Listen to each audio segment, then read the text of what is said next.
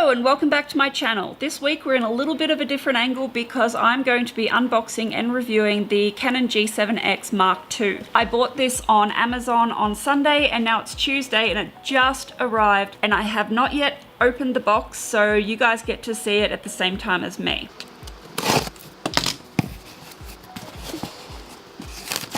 Ooh, so exciting. Woo! Oh my gosh, oh my gosh.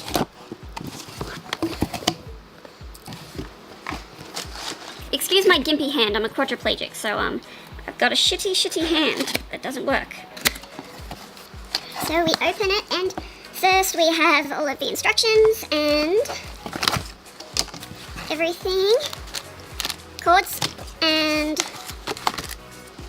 more cardboard and the camera. I'm so excited. Oh my gosh. Oh my gosh. I can get it out. And it flips up, and then this is the coolest viewfinder I've ever had. Wow. And we have everything else that comes in the box.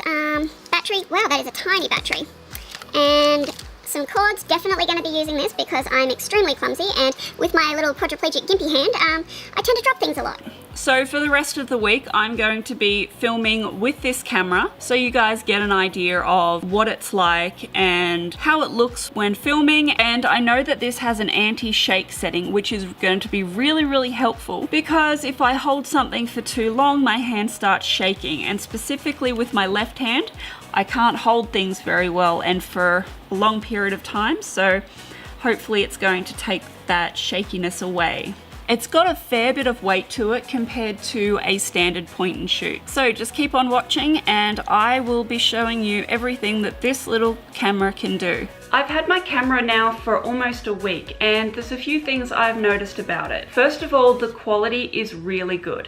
When you're filming or when you're taking photos, it looks really good. But the downfall to that is that the autofocus can be a little bit slow. Specifically if you're zooming in or you want to take a photo that's a lot closer to you, it can take a little while for the autofocus to kick in. But it's really good with face tracking. It will automatically focus on a person if you're pointing the camera towards them. A friend of mine came over with her kids the other day and I was taking photos and videos of her kids and they turned out really good. Specifically if one child was sitting further away and one was sitting closer to me, generally you don't have to click the shutter button for it to focus on what you want it to. The anti-shake setting is really handy because my hands shake a little bit when I'm filming. It helps when I'm downtown or if I wanted to film with my hand up in the air when my hand wants to shake a little bit, it's gonna be really good for that.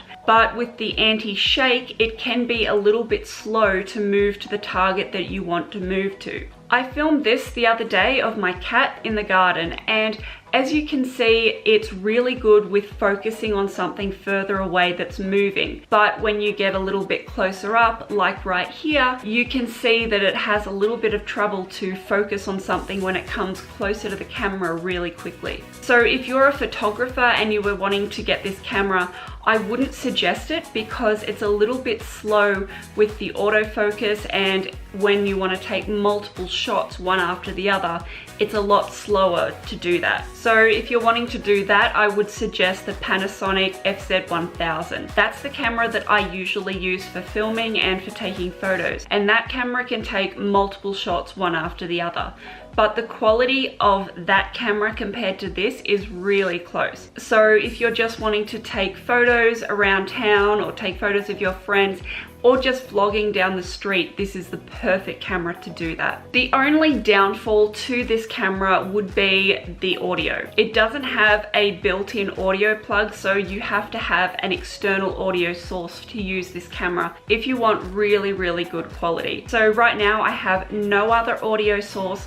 I am just filming with the camera by itself. So this is the way it sounds when there's no other audio that's connected to the camera. The audio for this camera was one of the main reasons why I was hesitant to buy this camera. But from the quality that I have seen from this camera, I have no regrets buying it. It'll fit in your pocket, it'll fit in your backpack. It's a really good portable camera rather than my Panasonic, which is really big and bulky, or a DSLR camera that's really big and bulky and is hard to carry around, and it sort of sticks out like a sore thumb because it's so big. But all in all, I'm really happy with this camera. It's small, it can fit in your pocket, fit in your backpack, you can carry it around, and it's not as noticeable as having a big DSLR camera to film with. So that's been my review for the Canon G7X Mark II. I hope you guys like it, and I hope this has helped you if you're sort of on the fence to buy this camera. So if you like this video, please be sure to give it a big thumbs up. And if you haven't subscribed already, please do. Thank you so much for watching. I love you all, and I'll see you next week.